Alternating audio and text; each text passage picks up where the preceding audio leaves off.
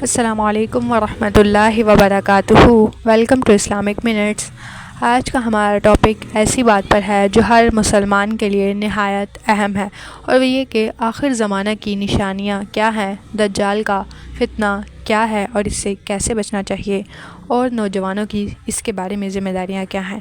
ہم جس دور میں رہ رہے ہیں اس میں فتنوں کی کثرت ہے اور ایمان پر قائم رہنا بہت مشکل ہوتا جا رہا ہے۔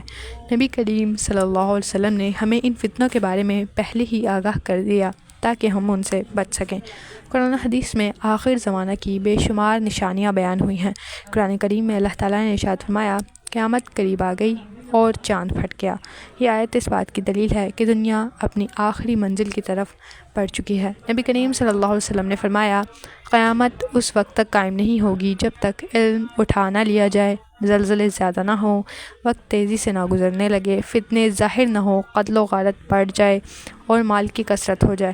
آخر زمانہ کی سب سے بڑی نشانیاں یہ ہیں کہ علم اٹھا لیا جائے گا، جہالت عام ہوگی، فتنوں اور قتل و غارت میں اضافہ ہوگا، زنا، شراب نوشی اور گناہوں کا عام ہو جانا، ماں باپ کی نافرمانی اور دنیا کی محبت دلوں پر غالب آ جانا، جھوٹے اور فتنہ پھیلانے والے لوگوں کا مشہور ہو جانا۔ آج کے معاشرے میں یہ سب واضح طور پر ہم دیکھ رہے ہیں۔ نبی کریم صلی اللہ علیہ وسلم نے آخری زمانے کی سب سے بڑے فتنے کے بارے میں فرمایا، آدم علیہ السلام کی پیدائش سے لے کر قیامت تک دجال کے فتنے سے بڑھ کر کوئی فتنہ نہیں ہے۔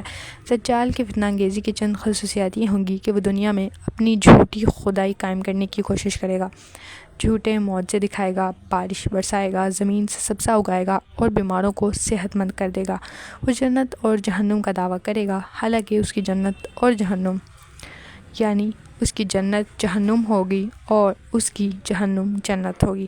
وہ سب سے زیادہ ایمان والوں نوجوانوں کو نشانہ بنائے گا تاکہ انہیں گمراہ کر سکے۔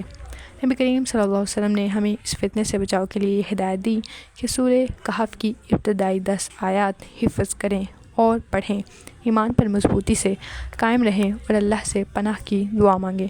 آخر زمانہ کے فتنوں میں سب سے زیادہ متاثر ہونے والا طبقہ نوجوانوں کا ہے، اس لیے ان کی ذمہ داری سب سے زیادہ بڑھ جاتی ہے۔ نبی کریم صلی اللہ علیہ وسلم نے فرمایا، 7 لوگ قیامت کے دن عرش کے سائے میں ہوں گے۔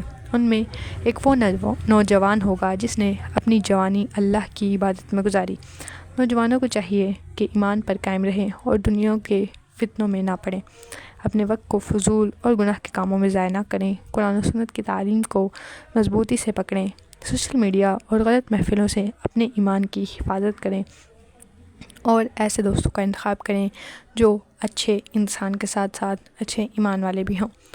قرآن سے تعلق مضبوط کریں، روزانہ قرآن کی تلاوت اور اس پر غور و فکر کریں، ہر جمعہ سورہ کہف کی تلاوت کریں، نماز قائم کریں۔ نماز ایمان کی حفاظت کا سب سے بڑا ذریعہ ہے۔ فجر اور عشاء کی نماز باجماعت ادا کریں، دعائیں اور اذکار صبح و شام کے اذکار کا معمول بنائیں۔